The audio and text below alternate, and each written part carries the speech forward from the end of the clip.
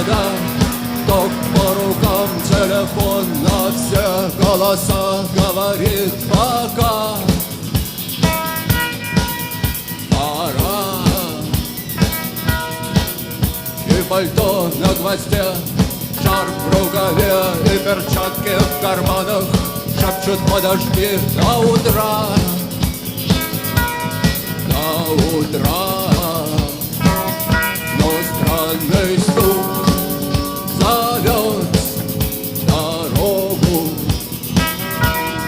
Может, сердце, может, стук в дверь. И когда я обернусь на пороге, я скажу одно лишь слово.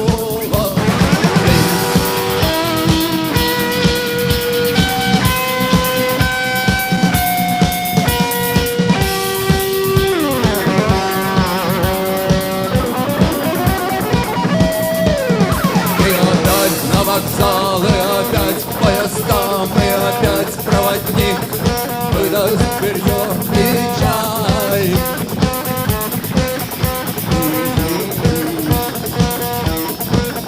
И опять не усну, и опять сквозь грохот колес мне послышится слово.